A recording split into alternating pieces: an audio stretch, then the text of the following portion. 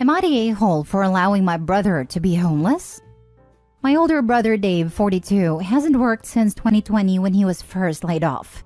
His reasoning is that he's not taking a job at a lower pay because it will hurt him in the salary negotiation process. So he's not taking another job until he finds one that pays like his old job did. His wife left him because of this. In the divorce, Dave got a house. He's going through the foreclosing process now, and he's run out of savings, so he's looking for a place to stay. I have an extra bedroom, but Dave is not coming here to freeload. He has to have a job. I would settle for any job, even a part-time one. But Dave is still stubbornly insisting he's not working for less than his worth. I finally got upset and said, fine, be homeless. Dave was extremely angry that I wouldn't even consider taking him in until he finds this job. And now family members are on me about how could I allow Dave to be homeless? But I don't see anyone else offering their spare rooms and couches to Dave. Now for the top comments. Not a-hole. I used to work at our county welfare department. I remember a man who was holding out for a high-paying job.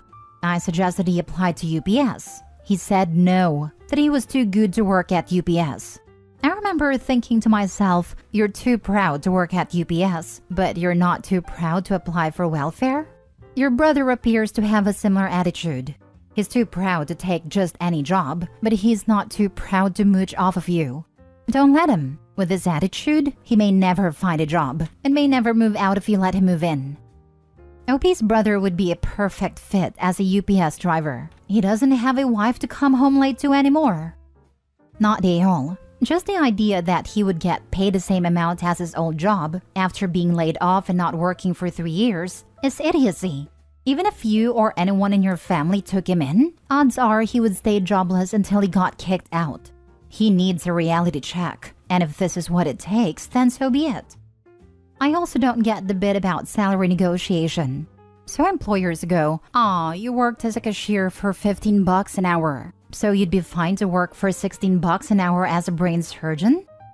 And to your family members, yeah, if they have a problem with Dave being homeless, then they're welcome to invite him to live off of them. If they truly cared and thought you were being ridiculous, they would have welcomed him with open arms. I wonder why they haven't been scrambling to help him. Not a-hole. He isn't homeless because his house burned down or his disability or whatever. He is homeless because he chooses to be. Work and pay your bills and have a wife and house, or do nothing and be homeless. He has options. He doesn't get to pick don't work and freeload off my unwilling relative. For what it is worth, I've been in a similar situation with my sister but years ago and did not let her move in. With perspective that comes with time, it most certainly the right decision for both of us. This is correct. He chose to be homeless. I cannot believe the guy was willing to lose his wife and home rather than get a job that he may not like. I had a roommate like that. She lost her job and was freeloading off me at a time, and she actually said to me, well, I have a master's and don't want to take a job I hate like you. Well, which one of us is paying for this house we both are living in, Miss Masters? I was so mad I gave her a week to find something or GTFO, and she started bartending, just like Dave should have done a long time ago. Next story. Am I the a-hole for not letting my brother hide behind a dead wife card anymore? My 30 female brother, 34 male, lost his wife a year ago. They have 3 girls, 12, 5, and 3. My brother was definitely one of those husbands who worked, came home, played with the kids, but that was it. His wife ran the show, chores, raising the kids, making sure they went to school and activities, all the cooking, etc., all on top of her own full-time job. She died quite unexpectedly, and to say he was lost is an understatement. So, I stepped in to help. Some may call it enabling, but it was that or my nieces would suffer. They do their part around the house, what's appropriate for their ages, obviously. I've been trying to teach my brother to do the rest. I understand he just suffered a massive loss, and a lot of his inability to learn, I put on grief. But as we close in on 14 months since her passing, he definitely has just used me to replace his wife and always domestic. I've tried talking to him about it before and he'd pull the "my wife just died" card. Again, on me that I let it slide. My final straw was when I went on a work trip and came back to chaos. The house was cleaned because the girls did more than their fair share. Obviously, they should have chores, but by his own admission, he did nothing despite having the time to. Oldest told me she was the one making sure the little ones went to school/daycare, and she's done all the cooking. She had to give up an end-of-the-year dance because my brother asked her to watch the girls so he could go out with friends. I had a come-to-Jesus meeting and told him he needs to get his act together. I'm doing more tutorial day, and that's it. He needs to either hire a housekeeper or nanny as he can afford both, if he's not interested in doing his share of the chores or taking the kids anywhere. He needs a calendar to remind himself when stuff needs to get done. I said it was this, or the girls come stay with me until he gets his act together. He started on the whole "I just lost my wife" stuff again, and I pointed out the girls lost their mother, and now it's like they lost their dad too. He asked if I was calling him a bad father, and I didn't answer, which ticked him off. He said his family I should be willing to help. I said I'd help, but I'm not his wife. Now the girls are staying with me. My family says I should have kept helping him versus berate him, and that I'm heartless for not being empathetic enough. They added it's my fault the girls are missing their dad because I gave him the ultimatum, and if I just kept helping, they'd still see him. It seems no one is on my side. So am I the a-hole? Edit. Comments telling me to send those girls back and let CPS get involved if he doesn't get better will not be entertained. That's not punishing him, it's hurting the girls. Save your fingers typing that one out. Not the a-hole. You aren't his wife. And his oldest daughter isn't his wife either. He needs to step up and be an adult, rather than depending on others taking on his adulting for him. Him putting the 12-year-old basically in charge while you were gone was highly inappropriate, and long-term would have likely resulted in CPS involvement. Exactly this. The children lost their mom, and they shouldn't have to do everything in the house on top of that. A few age-appropriate chores, sure. Taking care of 2 siblings and yourself, and even missing a big event? Not so much. If this man can't take care of his family, he needs to hire someone to look after certain things, like a nanny or au pair, or at least someone who cleans the house. The children need their father more than anything right now. I couldn't believe it when I read he could afford a nanny. My mom is one of 3 sisters. They were 12, 11, and 6 when their mom died. Their dad had his own construction company where he worked as hard as his employees. When his wife died, he instantly brought in a nanny/housekeeper. He didn't want those girls trying to take over for their mom in some BS attempt to keep the household going. He certainly didn't want them raising a 6-year-old. He wanted to make sure they still had a dad that could spend quality time with them. Having someone cook and clean on his work days allowed that. My mom has always spoken highly of him when she reminisces about how hard he worked to stay involved and how she still enjoyed her teenage years because of it. Meanwhile, the guy in this post is being an absolute a-hole. If he's going out with friends while he expected the eldest would watch the other 2, I'm wondering if he's trying to pretend he's not a widower with children and instead just an unencumbered bachelor? Either way, their dad isn't invested in them, and my heart hurts for those girls. At least with Opie, they still have someone that truly cares. Next story. Am I the a-hole for calling the C-word to my future sister-in-law after she tried to gain sympathy with my miscarriage? I'm sorry if this seems all over the place. I'm just so mad that everyone is siding with her. My future sister-in-law, Ella, 30 female, is your typical annoyingly bubbly girl. She's always happy and smiling, caring and compassionate. My brother, 37 male, is foolishly in love with her, and it seems like the rest of my family is wrapped around her finger.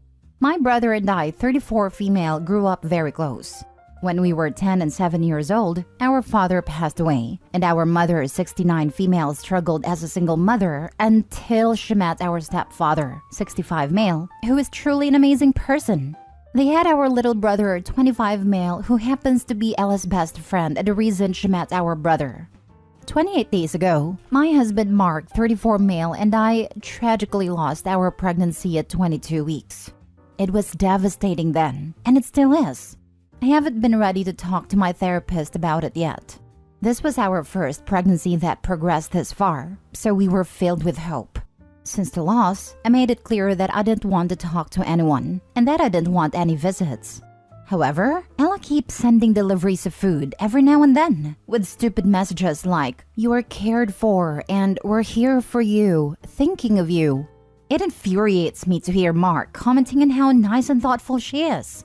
Last night, she asked me if she could come over with my mom and my brothers to quickly discuss something about their wedding. She apologized, saying she knew it wasn't the right time, but the wedding is only a month away, and this conversation couldn't be delayed any longer. In essence, Ella wants to postpone the wedding for another 6 months.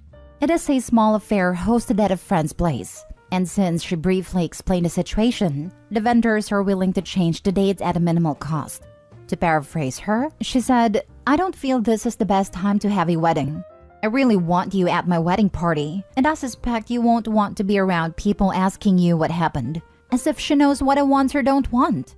Of course, everyone started going off about such a great idea and how sweet that was of her moving a special date for her just to accommodate me. What made me snap was what she said next. "Whenever you feel up to it, we could have a girl's day to get you a new dress, because mine was pink, made specially to fit my growing bump." I screamed at her that she was a C-word for looking for sympathy at my expense, that I hoped my brother and everyone else could see her for the conniving and manipulative piece of work she was, that the only girl's time I wanted to have is with my beloved girl that isn't with us anymore. All of them were stunned, and she ran out crying. My brother told me to seek therapy, and mom and little brother just left.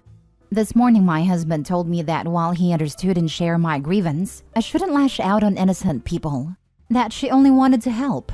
So Reddit, am I the a-hole? Now for the top comments. She literally did almost everything as correct as possible in a situation like this. "You're the a-hole. Sorry for your loss, but that's not how you treat people." Every day we hear on Reddit about in-laws who overstep boundaries or don't consider others. She wasn't doing any of the usual negative stuff. I was expecting to read that future sister-in-law posted about OP's miscarriage on social media to gain sympathy or something. But nope. It really sounds like future sister-in-law was genuinely being considerate and caring to OP. It also sounds like OP just plain hates future sister-in-law. OP, you're the a-hole totally. Your brother is right. You need therapy for more than one reason. You're the a-hole. And if I was in your family, I would make a note to never ever attempt to be nice to you again.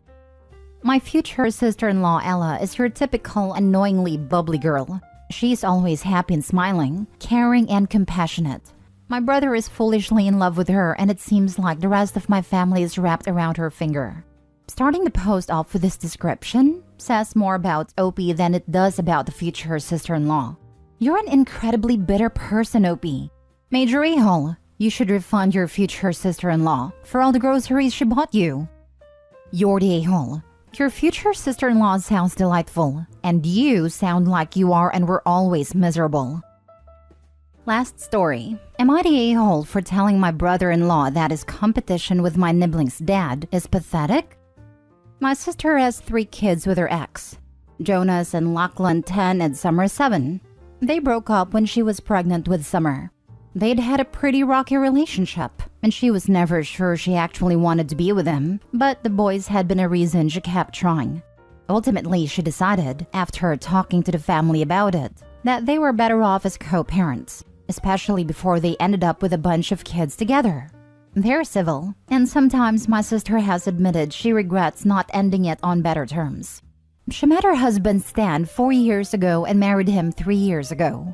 Stan is a brick. He's entitled, spoiled, and has never been my favorite person. He thought that we all hated my nibbling's dad and blamed him for their breakup, and that he would make a better dad to my nibblings.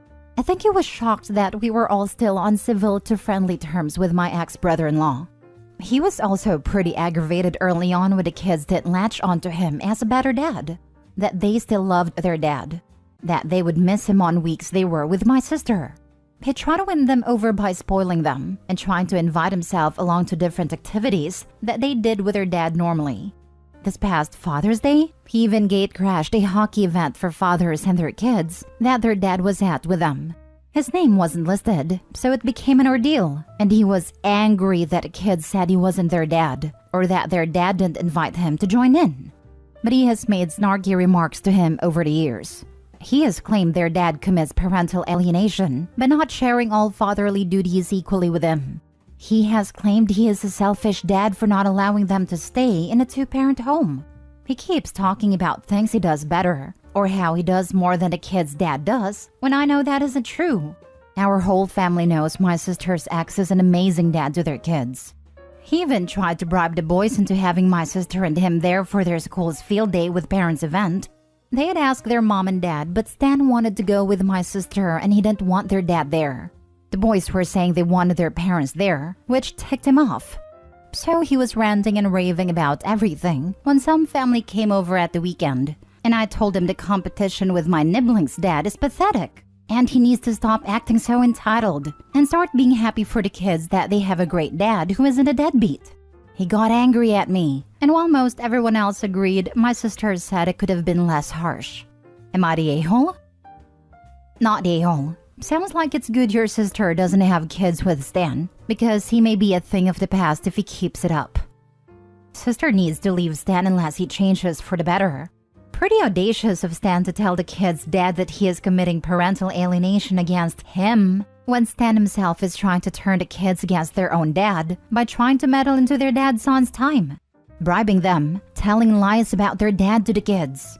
And when things aren't going the way he planned in his delusional and entitled head, starts cussing everyone who sides with the dad, even in front of the kids. Imagine the kind of upbringing the kids are going to have in the presence of such a repulsive man. OP, you're not the a-hole, obviously. My sister said it could have been less harsh. Hey OP, tell your sister her methods of finding men are as pathetic as the men themselves. She's continually letting Stan be a complete C-word around the kids and says, "You're harsh?" The poor kids are just gonna remember their mother allowing this kind of abuse when they get older. Not a-hole. Good of you to put him in his place. Sister absolutely needs a wake-up call that these aren't the actions of a loving step-parent, but instead those of a possessive a-hole. If she doesn't change her approach, she shouldn't be surprised if it drives a wedge between her and her kids. Not a-hole. Whether or not you could have been less harsh is irrelevant to whether or not he needs to hear that children having their father in their lives isn't a negative. He can still be an additional parent and take pride in that without wanting the kids to have less.